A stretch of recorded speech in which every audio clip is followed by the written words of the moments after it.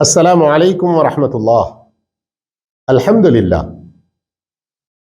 اسلامی تعلیمات بہت ہی آسان اور پیارے انداز میں شارٹ ویڈیو کلپس کی شکل میں آپ کے سامنے ہم پیش کر رہے ہیں۔ ضرور ہمارے اس چینل کو سبسکرائب کر کے بیل آئیکن کو دبا کر ہر نیا درس آپ تک پہنچتا رہے اور اس کو حاصل کر کے آپ خود بھی فائدہ اٹھا کر دوسروں کو فائدہ پہنچاتے رہیں۔ آج کے اس درس میں ہم توحید اور اس کی قسموں کے بارے میں جانیں گے۔ توحید کہتے ہیں اللہ تعالی کو منفرد اور یکتا ماننا، اس کی ربوبیت میں، اس کی الوہیت میں اور اس کے اسماء و صفات میں۔ ان تینوں چیزوں کی وضاحت ابھی آئے گی، تھوڑا سا آپ صبر کریں۔ توحید کسے کہتے ہیں سمجھ گئے ہیں نا؟ اللہ رب العالمین کی ربوبیت اور اس کی الوہیت اور اس کے اسماء و صفات میں اس کو تنہا اور یکتا ماننا۔ اللہ رب العالمین کا حکم ہے قل هو اللہ احد، کہہ دیجئے کہ وہ اللہ ایک ہے، یکتا ہے، اور اللہ رب العالمین نے ہمیں اسی کی عبادت کے لیے پیدا کیا۔ فرمایا سورۃ الذاریات آیت نمبر 56، وَمَا خَلَقْتُ الْجِنَّ وَالْإِنسَ إِلَّا لِيَعْبُدُونَ، میں نے جنات اور انسانوں کو صرف میری اپنی عبادت کے لیے پیدا کیا۔ اور اسی طرح سے اللہ رب العالمین نے سورۃ النساء آیت 54 میں فرمایا وَاعْبُدُوا اللَّهَ وَلَا تُشْرِكُوا بِهِ شَيْئًا، اللہ ہی کی عبادت کرو، صرف اور صرف اس کے ساتھ کسی کو شریک نہ ٹھہراؤ۔ توحید کی تین قسمیں ہیں، جیسے ابھی آپ نے شروع میں سنا، ربوبیت، الوہیت، اسماء و صفات۔ ربوبیت کا مطلب ہے اللہ عز و جل کو پیدا کرنے میں، اس پوری کائنات کو چلانے میں، روزی دینے میں اور زندگی اور موت کے اختیار میں اکیلا تنہا مانے، کوئی اس کا شریک نہیں ہے۔ اللہ رب العالمین نے یہی بات اپنے کلام پاک سورۃ الفاطر آیت 3 میں فرمایا هل من خالق غیر اللہ یرزقکم من السماء والارض، کیا اللہ کے سوا تمہارا کوئی خالق ہے، پیدا کرنے والا ہے، جو تمہیں آسمان اور زمین سے روزی دیتا ہو؟ کیا پتہ چلا اس سے؟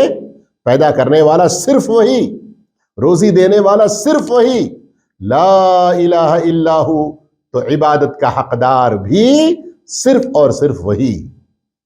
اللہ رب العالمین اس پوری کائنات کا مالک ہے، کوئی اس کی ملکیت میں شریک نہیں ہے۔ اللہ رب العالمین نے کسی کو اپنا پارٹنر اور ساجھیدار نہیں بنایا۔ سورۃ الملک اس کی پہلی آیت میں ہے تبارک الذی بیدہ الملک، بابرکت ہے وہ ذات اللہ کی جس کے ہاتھ میں اس پوری کائنات کی بادشاہت اور ملکیت ہے۔ اور اسی طرح اس پوری کائنات کو چلانے میں، اس کی تدبیر کرنے میں، جیسے چاہتا ہے ویسے تصرف کرنے میں بھی وہ یکتا اور تنہا ہے، کوئی اس کا شریک نہیں ہے۔ فرمایا سورۃ الاعراف آیت 54 میں الا لہ الخلق والامر، سنو یہ پوری مخلوق اسی کی ہے، ان پر حکم، آرڈر بھی صرف اسی کا چلے گا۔ یہ توحید جسے ہم توحید ربوبیت کہہ رہے ہیں، انسانوں میں سے بہت کم لوگوں نے انکار کیا، اور جنہوں نے انکار کیا ان کے دل اندر سے گواہی دیتے ہیں اس کی یکتائی کے بارے میں، لیکن جو انکار کیا تو وہ بھی صرف ظلم اور اپنے بڑے پن، تکبر کی وجہ سے۔ دیکھیے سورۃ النمل آیت نمبر 14، وَجَحَدُوا بِهَا وَاسْتَيْقَنَتْهَا أَنفُسُهُمْ ظُلْمًا وَعُلُوًّا، ان کے دل مان چکے تھے، یقین کر چکے تھے، لیکن ظلم اور اکڑپن کی وجہ سے، اپنے بڑے پن کی وجہ سے انہوں نے انکار کیا۔ اب آخر میں ایک بات یہ ضرور یاد رکھیے، اللہ رب العالمین کی صرف توحید ربوبیت کو مان لینے سے جہنم سے نہیں بچ سکیں گے، جنت میں جا نہیں سکیں گے، جب تک کہ باقی دو قسموں کو بھی الوہیت و اسماء صفات کو نہ مانیں۔ کیوں کہ مشرکین مکہ جن سے اللہ کے رسول صلی اللہ علیہ وسلم کی دشمنی اور مخالفت تھی، وہ لوگ بھی اللہ کو پیدا کرنے والا، روزی دینے والا، یہ آسمان و زمین، سورج و چاند، تارے وغیرہ سب کو اپنے قبضے میں رکھ کر وہ ہمارے فائدے کے لیے جو بنایا، اس چیز کو وہ مانتے تھے۔